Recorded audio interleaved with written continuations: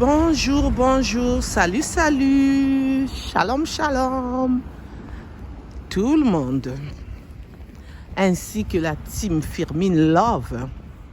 Alors aujourd'hui, je vais vous expliquer cette histoire, je vais vous parler de cette histoire. Venez écouter les mamans, les papas, venez, le dehors est risqué, soyons prudents et prudentes, s'il vous plaît. C'est pour le bien de nos enfants. Merci. En espérant que vous vous portez bien. Moi, de mon côté, ça va. Dieu fait grâce. Amen. Et oui, Dieu fait grâce. Il nous a renouvelé le souffle de vie. Nous pouvons que dire merci, Seigneur. Pour nous qui croyons en Dieu, pour nous qui prions. Alléluia, alléluia. Amen. Gloire à Dieu. Gloire à son nom. Cette histoire, ça s'est passé ici en Europe. Un enfant âgé de 12 ans qui fréquentait un autre enfant de son collège. Ils étaient proches, son bestie, son meilleur ami. Tout se passait très bien. Les parents aussi se fréquentaient. Et l'enfant était dans un collège privé. Je dis bien privé. Et ce n'est pas n'importe quel collège. C'est un collège où les parents ont des moyens. C'est ces parents-là qui envoient leurs enfants là-bas. Donc, l'enfant était attaché à un autre enfant. On va leur donner les noms comme ça. On va se retrouver. Les prénoms plutôt, excusez-moi.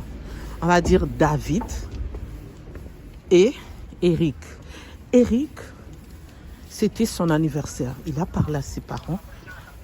Papa, maman, je veux fêter mon anniversaire, mais ça sera une soirée pyjama. Donc, excusez-moi plutôt, la soirée pyjama.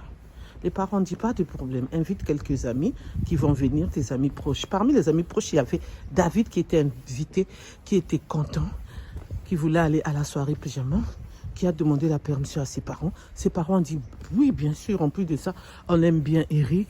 Parfois, on te dit, il faut prendre l'exemple de Eric. Eric, il est vraiment obéissant. Eric, il écoute mieux que toi. Donc, nous, ça ne nous dérange pas. Le jour J arriva, les parents sont partis, monsieur et madame, les parents de David, déposer David chez Eric. Eric était content, il a reçu d'autres enfants. Je ne sais pas c'était combien d'enfants, mais ce que je sais, il y avait aussi d'autres enfants parmi David. Ils ont joué, ils ont mangé, ils ont dansé. Et David, il avait l'habitude de dormir à 21h. Et quand il a vu qu'il était 21h, il a demandé à Eric qu'il aille se coucher. David était venu là jusqu'au lendemain matin. Les parents allaient passer le récupérer après le petit déjeuner. Eric a dit, oh, pourquoi tu ne restes pas? Ses amis ont dit, oh là là, on n'a pas encore fini. Tu devais encore rester. On allait encore s'amuser avant que tu ailles te coucher. David a dit, moi j'ai sommeil. J'aime bien me coucher à 21h. Le temps qu'ils étaient en train de lui parler, de lui taquiner, il était maintenant 21h30. Il était en train de somnoler de son sommeil. Eric a eu, genre, entre guillemets, pitié de lui. Il lui a montré la chambre pour qu'elle parte se coucher. C'est une maison, hein. C'est une maison. Donc, il y avait beaucoup de chambres. Je ne sais pas combien. Et après, ils sont restés en train de jouer. Comme on le dit, je le dirai à la fin, c'est mieux. Et ils étaient en train de jouer. Ils continuaient de jouer. Entre eux, je ne sais pas si c'est Eric, si c'est les autres copains, ils ont eu l'idée de prendre le casserole et de prendre la casserole, excusez-moi, de bouillir l'eau dans la casserole et d'aller dans la chambre là où dormait David, de lui jeter ça surtout à la figure. Et c'est comme ça qu'ils ont validé l'idée, excusez-moi, de le faire. Ils ont bouilli l'eau, très très chaud. Ils ont ramené dans la chambre où dormait David. Ils ont jeté sur sa figure surtout. Et David a commencé à crier. David était brûlé à 80 degrés. Et c'est comme ça qu'ils se sont dit, qu'est-ce qu'on a fait? Eric a appelé ses parents. Ses parents sont arrivés. Comme c'était 3 niveaux, je ne sais pas si c'est 2 niveaux ou 3 niveaux. Les parents n'étaient pas à côté, hein. Ils ont laissé les enfants jouer, mais les parents n'étaient pas là pour faire la surveillance, pour surveiller les enfants. Le temps que les parents sont arrivés, ils ont appelé la police, ils ont expliqué ce qui se passait. Le temps que la police arrive, le temps que les pompiers arrivent, David était en train de pleurer, de pleurer. Ils l'ont ramené à l'hôpital, ils ont appelé ses parents. Ses parents sont partis à l'hôpital. Ils n'ont pas reconnu leur enfant. David était méconnaissable. Je dis bien méconnaissable. Les parents, ils ont pleuré, ils ont pleuré, ils ont pleuré. On va dire les 2 parents, hein, et les autres parents de Eric et le parent de David. Les autres parents, je ne sais pas parce qu'ils n'étaient pas là. Mais les 2 parents, donc les 2 parents de 2 côtés concernés étaient en train de pleurer parce qu'eux, ils se connaissent. Ça fait des années qu'ils se connaissent à cause des enfants. Donc, ça leur avait fait mal, très très mal. Et les enfants, on les a posé la question.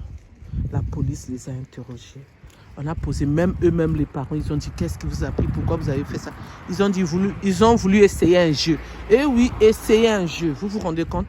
Ils voulaient essayer un jeu. Tu essayes un jeu sur l'autre, ton copain, ton meilleur ami, ton bestie. Donc, c'est pour cela j'ai voulu vous partager cette histoire pour vous dire d'être pris dans le dehors et risqué. En tant que coach Firmine, je donne mon avis, je donne mon opinion. Moi, je ne le fais pas, hein, et je ne le ferai jamais. Inviter d'autres enfants venir chez moi, faire soirée pyjama avec mon fils, c'est NON. S'il veut faire son soirée pyjama, ça va s'arrêter à 20h, 21h ou 22h. Les parents viennent, ils récupèrent leurs enfants. Et je serai là, mon mari sera là. Ça ne va pas aller jusqu'au lendemain matin. Parce que quand on dort, on ne sait pas ce qui se passe. Comme pour l'exemple de David. Ses parents ne savaient pas. C'était des enfants seulement. Ce sont plutôt les enfants, excusez-moi. Mais regardez ce qui s'est passé. Donc c'est pour ça, le dehors est risqué. On doit faire attention. Même l'intérieur est risqué. L'intérieur est miné et risqué. Soyons prudents et prudentes. On doit toujours surveiller les enfants, toujours rester là. Et on ne doit pas se dire, non, par exemple, Eric ne pourra pas faire ça. On ne sait pas ce qui peut arriver aux enfants. Bon, en tant qu'enfant chrétienne que je suis, je dirais l'esprit satanique qui est arrivé, l'esprit mauvais, l'esprit diabolique qui est arrivé, peut-être, qui a fait ça. Que serais-je? Donc c'est un peu ça. Et si c'est le destin, c'est arrivé, la pauvre, et le pauvre enfant qui est méconnaissable, c'est vraiment triste. Quel avenir, quel est le futur de cet enfant? Que Dieu le garde, le protège. C'est tout ce que je peux dire. Soyons vraiment prudents, prudentes, restons vraiment prudents, prudentes et surtout, n'oublions pas que tout peut arriver, tout peut basculer. Le dehors est risqué. Même l'intérieur est risqué et miné aussi. Donc, c'est pour cela que je tenais à vous relater cette histoire. Merci de m'avoir suivi. Merci de m'avoir écouté. Je suis à Châtres, hein. Donc on est à Aldi. J'attends ma soeur qui est rentrée à l'intérieur. Je suis venue en week-end. Faut changer un peu d'air, donc c'est ce que j'ai fait. Et dans notre langue lingala, on dit Kendakakak, on part toujours. On ne sait jamais. Donc c'est pour cela. Pour ceux qui ne me connaissent pas, je suis Firmine, je suis la coach Firmine. Pour ceux qui ne se sont pas encore abonnés, je vous invite à vous abonner, à partager, à commenter s'il vous plaît. Je compte sur vous. Et surtout, n'oubliez pas d'appuyer sur la cloche de notification pour recevoir les vidéos que je mettrai en ligne, s'il vous plaît. Merci. Pour ceux qui veulent relater leur histoire, vous pouvez m'écrire sur les commentaires ou m'appeler, faire de vocales sur mon WhatsApp. Je vais vous donner mon numéro de WhatsApp.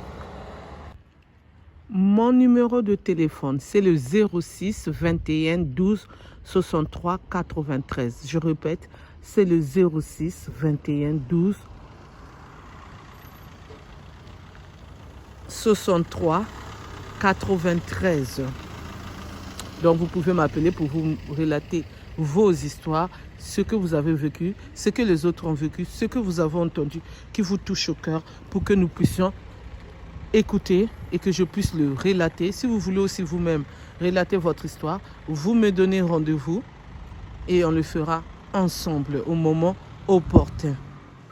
Donc les faits divers, tout ce qui se passe dans le monde, je suis là pour vous écouter, je suis là pour partager tout dans le respect, dans l'amour et dans la joie de continuer à vivre, même s'il y a des hauts et des bas, même s'il y a des histoires tristes.